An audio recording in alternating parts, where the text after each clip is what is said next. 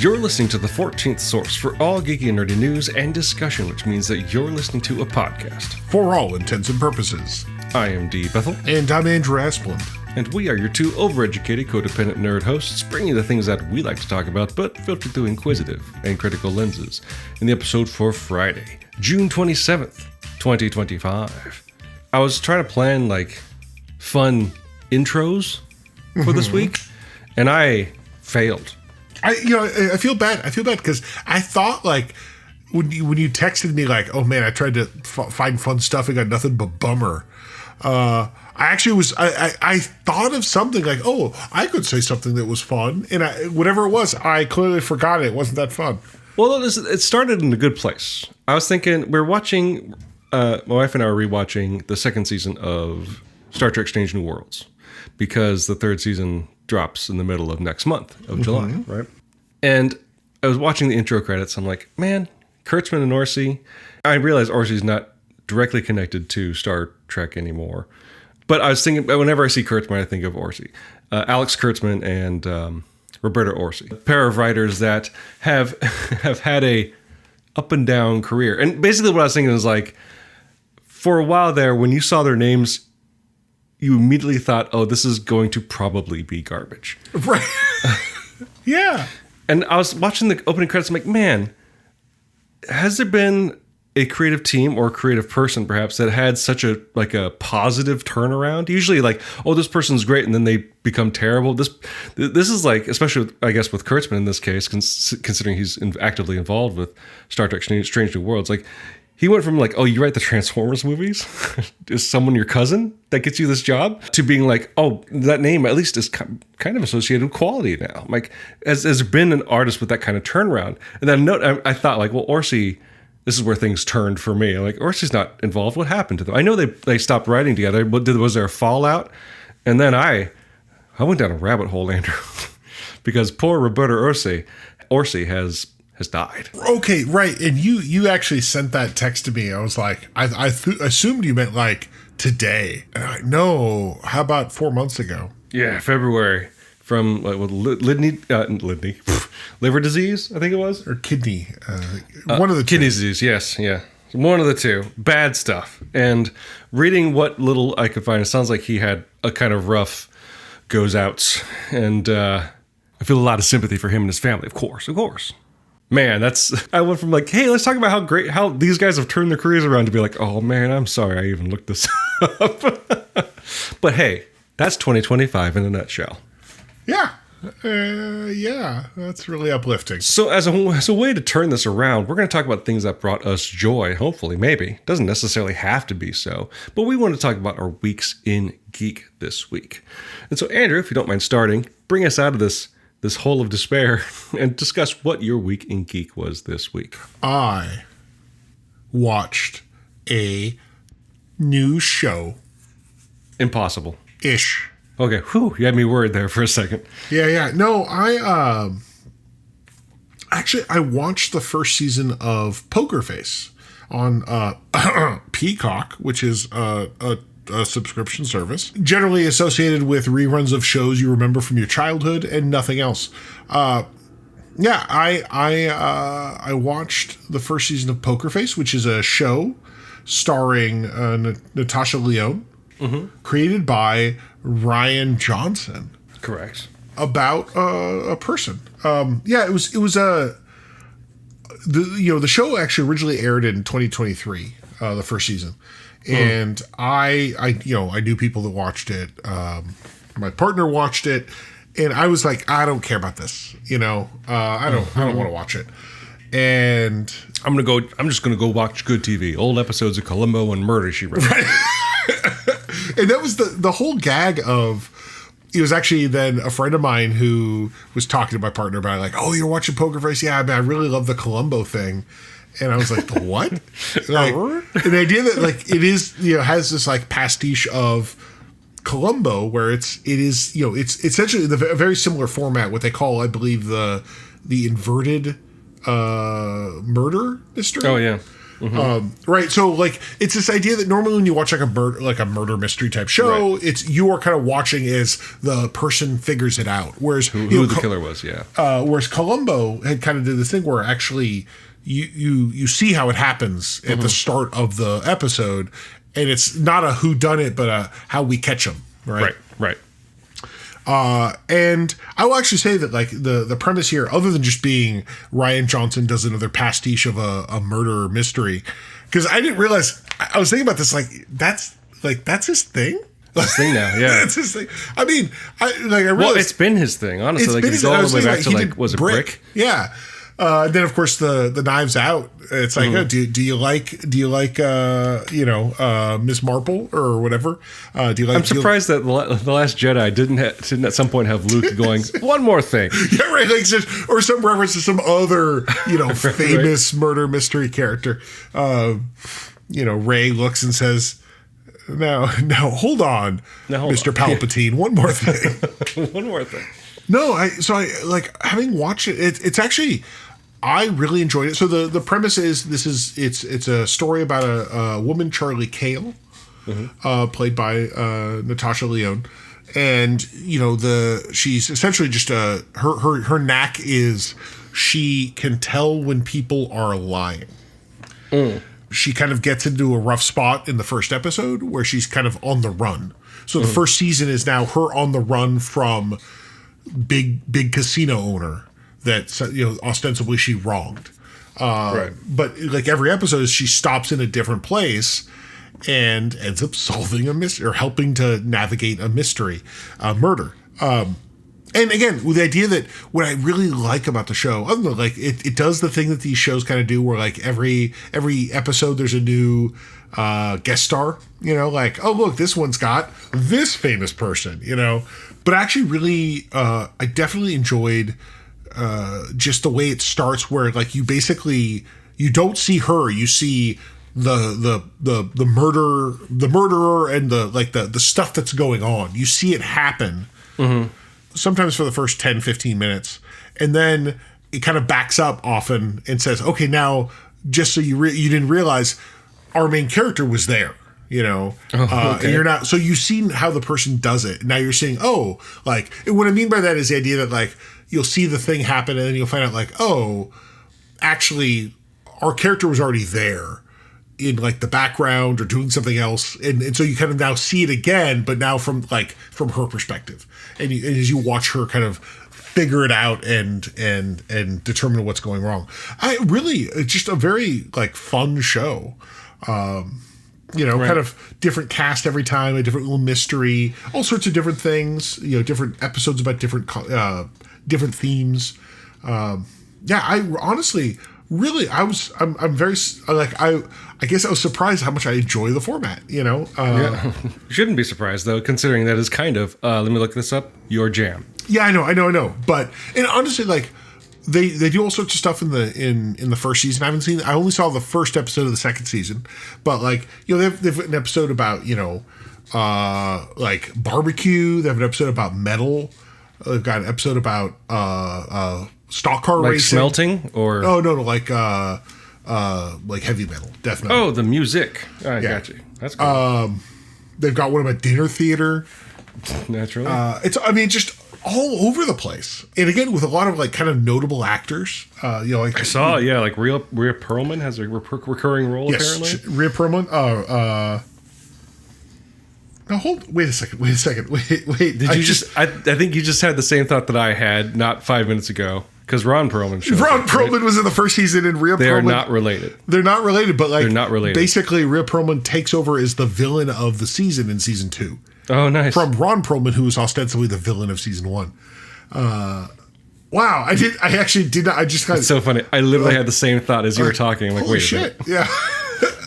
Because go from what seems like the world's biggest person to the world's smallest person, and they can't be related, and it turns out they aren't. But they're not. That's great. I wish they were. Yeah, honestly, just really like a delightful show. There's great. Not that what I think they do really well is in the modern era of television, there's a little bit of narrative, right? Like there's a serialization of like, her story, just a little bit. Like she starts a season and she ends a season and she's on the run. Right. But also every episode is ostensibly episodic. Right. You don't need to know much about like hear her just solving the crime. Like all you need to know is that she can tell when people are lying. Right. That's interesting. That sounds fun. I wish it were more widely available. As opposed to being trapped on a streaming service that no one wants. Yeah. No one wants or needs. Yeah. Oops. I mean, honestly, like it's easy enough to get. You can buy the DVDs, Blu-rays. You can buy it on Amazon or whatever, or Apple TV. But it's out there.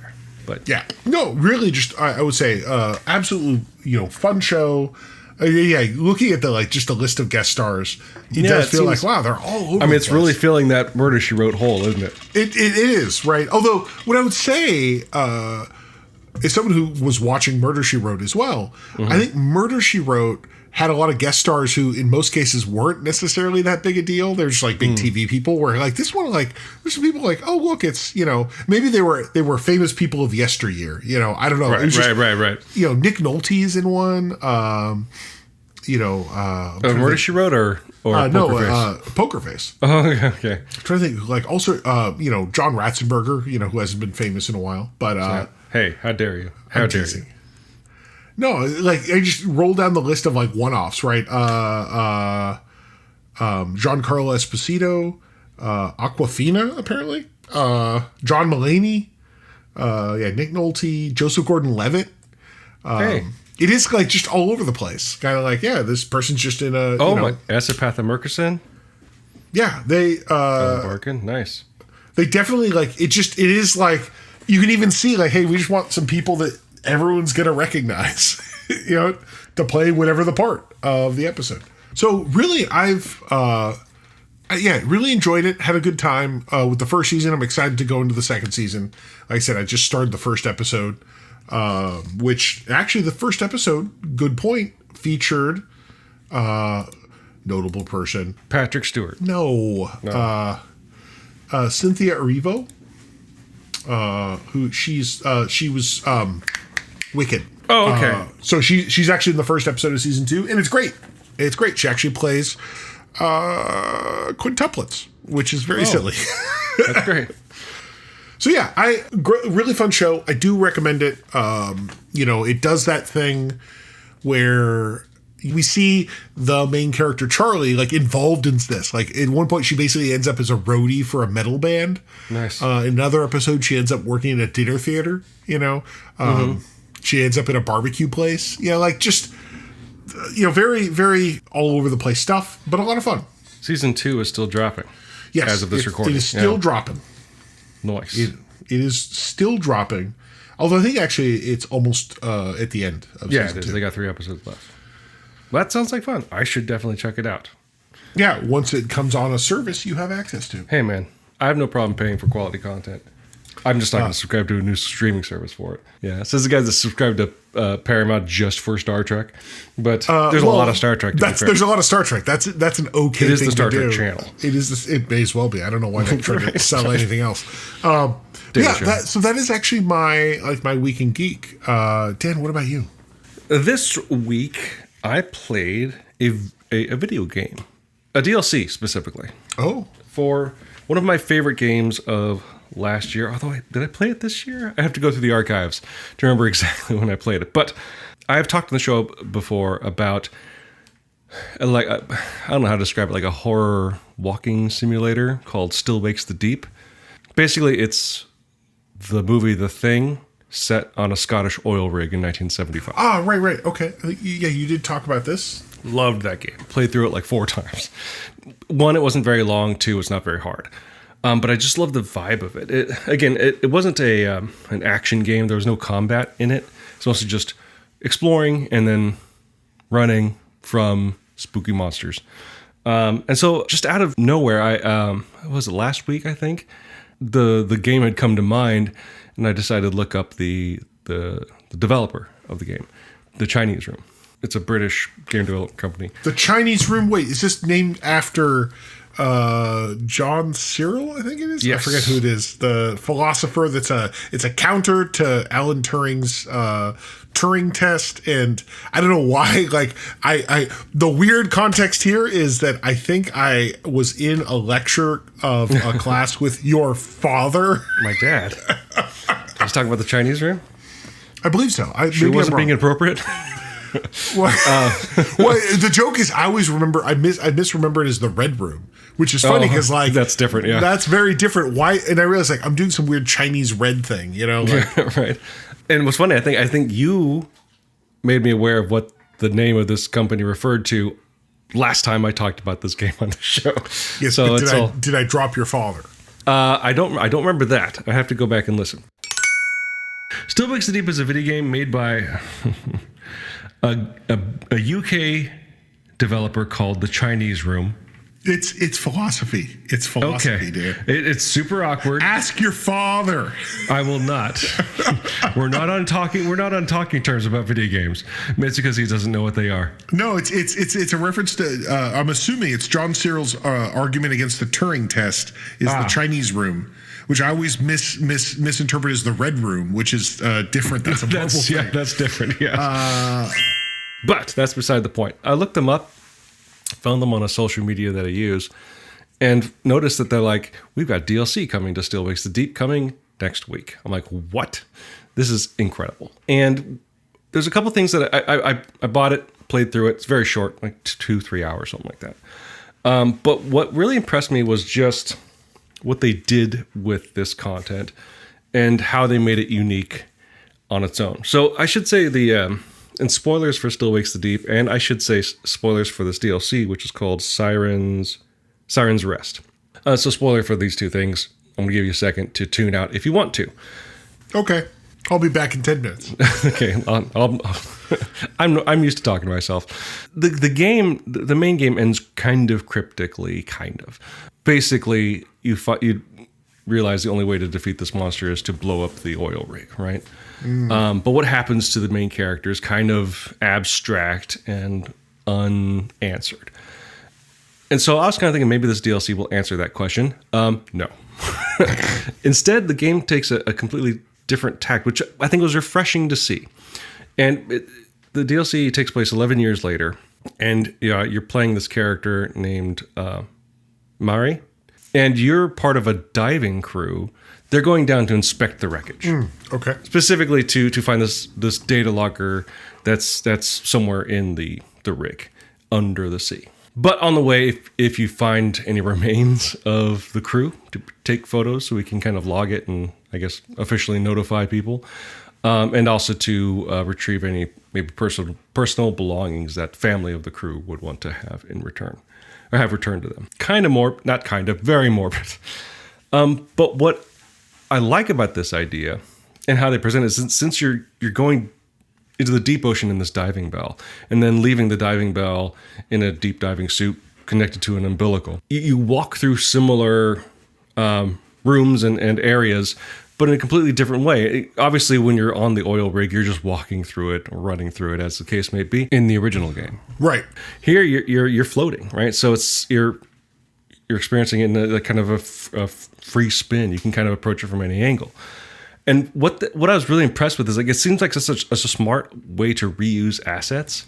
So you're not just like, oh, you're a different character walking through this space again. You're actually, obviously they dress the areas with, rust and coral is growing through different places and it's all broken up because it got exploded at the end of the game. But it's all stuff they had. They just got to kind of mess it up and move it around and you use it all over again. And because you're presenting it in a sort of 3D space in terms of being a person floating in water, it's a wholly different experience than being limited by gravity. The stuff that stood out to me and what I liked about it, that kept it going from the original game, is that it's gorgeous. It's really well rendered. It's also a short game. So I didn't really, and because it's an exploded environment, whatever muscle memory I have from memory of the maps, I should say, from the previous game, don't really apply because you're kind of just taking this whole rig piece by piece instead of it being a connected, series of maps. So that added a sense of of urgency to it and mysteriousness. It wasn't just you going like, oh, I'm a pro, because I like, for me, like I played through that game at least 3 or 4 times. I wasn't able to go into this and go like, well, I know this game inside out. I know there's nothing that could be unexpected to me, because 1, underwater is scary, and 2, because you're kind of limited in spaces by like how much air you have, and everything's been busted up. Like you literally don't know like what's through that door, if you can go through that door, and what is out there. It just like the first game, it created its own mysterious, spooky vibe, but in a whole unique way that's still in line with what the original game presented. Basically, in the way that the original game amplified and latched onto what makes the isolation and loneliness and terror that can happen on an oil rig in the North Sea. The DLC does that, but with deep sea diving through wreckage. Like it's innately isolating and lonely, but by the mere fact that it's also in the deep sea, there's also a threat to it that they don't manipulate or emphasize to a cheesy degree or in a cheap way, just like the tension and terror of the original game did with its setting. So it's very different, but it's of a piece, which I found really refreshing and admirable. The other thing I really liked about it is that, again, spoilers, turns out the monster that was inhabiting the rig is not dead. But the way they use the monster in the DLC is also very different than the original game. Whereas in the original game, it was much more like the movie The Thing, where it's coming after you, you're coming face to face with it, you're hiding from it. In this one, it's much more like Jaws, where you never really see it. You see its silhouette because the ocean is dark and murky. You see it reach for you at times, but the game isn't about you running from it. The game is the DLC is mostly just you exploring the space and just kind of living in the sort of the disaster that was the destruction of this rig, and going like, oh, I remember this guy, or like, oh, I found this person's glasses or whatever, right? Again, the thing that I really took away from it is that this minimalistic gameplay really create an experience, albeit short, really enhanced the overall game. And just like the main game, the ending was still kind of vague, but it actually, I would say, I won't just talk through the ending because I'll leave something for people that want to play it. But they did. Because what if I want to play it? What if? What if? They do create a sense of narrative closure. They kind of round out the story a little bit in an abstract, mysterious and spooky way that I found really, really fun. And unlike the original game, when you get to the ending, you're presented with a choice that actually presents a different ending depending on the choice you made. Whereas the original game presents you a scenario that feels like you have a choice, but you actually don't. There's only one thing can happen. Oh. And not that choice is important or necessary for all video games, but I wonder if there was complaint about that semblance of a choice in the original game that they actually decided to follow through on with the DLC. It was really cool. I wonder if I don't know if they have more planned. I don't know if they really need it, but if anything, it really, really got me jazzed for not only to play this game again, but I'm like, this team is doing good stuff, man. And I really like what they're doing. I can't wait to see what they do next. Yeah, well, I mean, like, I think there's something to be said about having a DLC that is kind of like not a retread, but like explore the game again from a different perspective. Right, right. Is what it sounds like they did here, which I think it sounds kind of cool. I don't know about a retread. It's more just about taking the assets they had and smartly reutilizing them to not only further the story, but to be iterative rather than just retrospective, right? It's not just you going through the game again. It's doing something new with it without necessarily having to do a whole lot to bring you that new experience. Well, and again, always good. I mean, I could actually say, oh, you played a DLC, so did I. Did you? Because it ends up around the same time, Oxygen Not Included, a game which I've talked about multiple times, did release a new DLC Prehistoric Planet Pack. But that's a discussion for another heat transfer fluid flow lecture. So if you, dear listeners, have any thoughts about the topics we discussed this week, feel free to leave your thoughts as comments on the page of this episode at forallintents.net. You can also post your comments or engage in conversations with other listeners on our Facebook page. Blech. Facebook page. Facebook. It may as well be, right? Right. You can find us on other social media as well, specifically places that Andrew and I frequent, which means you can find me on Instagram and Blue Sky at dbethelcomics, and you can find Andrew on Mastodon at profounddark@dice.camp. While you're at our website at forallintents.net, you can also take a look at our YouTube page, which you can find by clicking on the link in the corner that says YouTube. There you'll find this show simulcast in YouTube. If you do listen to the show on YouTube, please like and subscribe, and as the kids like to say, ring that bell. We use 2 tracks of music for our show. One is called Disco Medusae. The other is called District 4. They're both written and performed by Kevin McLeod of the Clan McLeod, immortal swordsman, graph paper enthusiast, and musician extraordinaire. You can find his music and more at incompetech.filmmusic.io, and that's all licensed under the Creative Commons 4.0 attribution license. If you like the show and like to help us out, the best way to do so would be to subscribe to the show using whichever podcasting service you happen to use. What would help us out even more, though, would be to leave some sort of review, whether a text review or using the proprietary metric will help spread the word to new potential listeners through the magic of algorithms.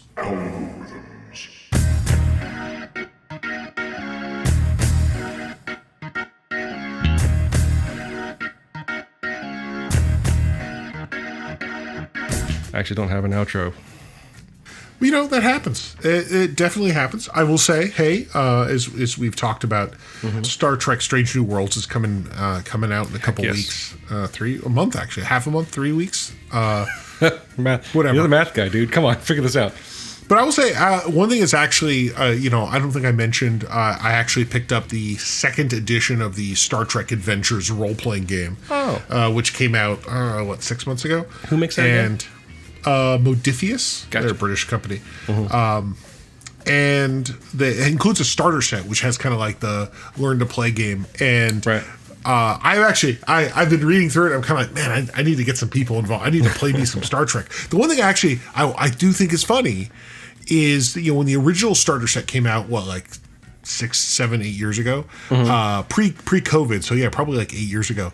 That core rule book was definitely the aesthetic was much more targeted towards people that watched TNG, Deep Space Nine, right, and whatever. But the new one, the new in fact, the starter adventure was set in the era of kind of that TNG, Voyager, Deep Space Nine.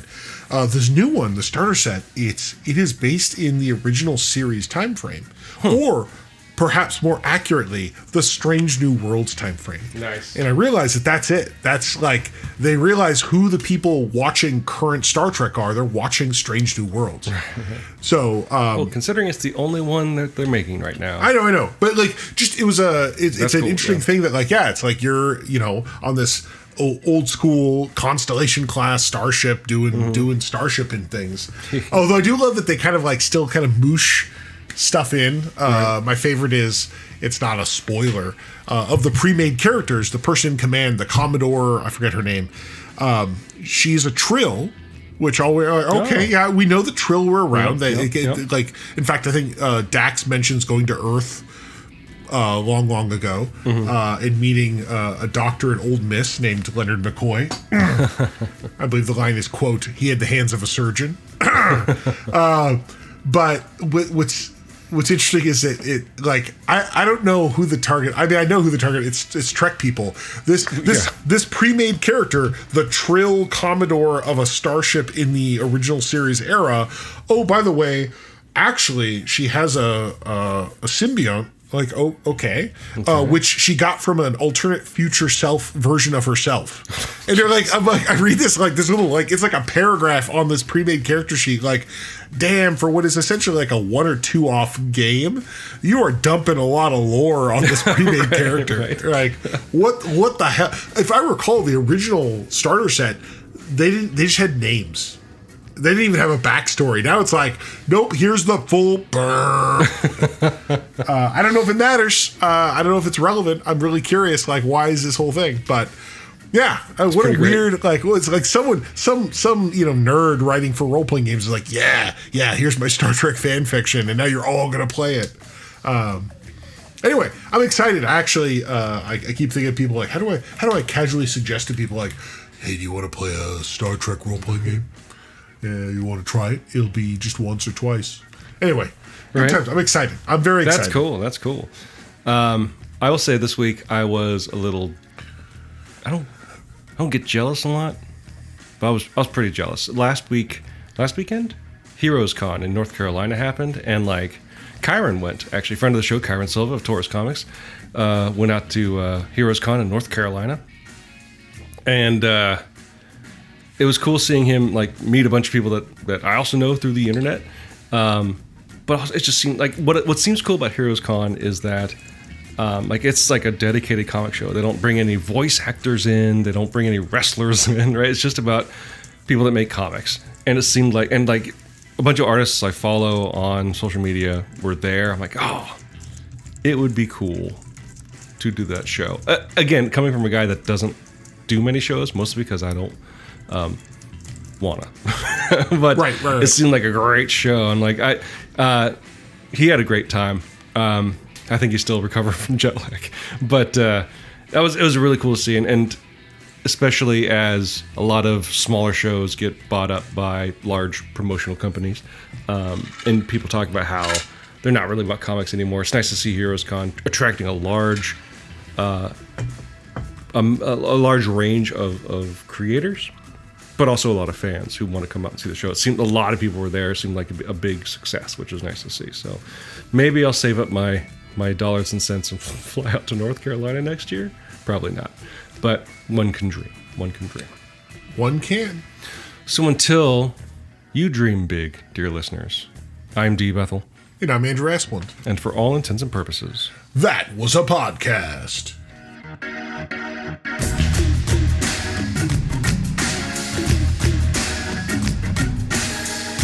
Assuming you're recording. Yeah, no, I've been recording this whole time. This whole time. Geeks and Weeks? Yeah. What are you thinking about? My asshole. Oh, okay, I'm going to write that down. Yeah. My week in geek is my butt. He heard a boom, and now he's terrified. Okay, that's fine. My room will smell up of dog breath. Inspect what the hell is going on outside? Oh, fireworks, that's right.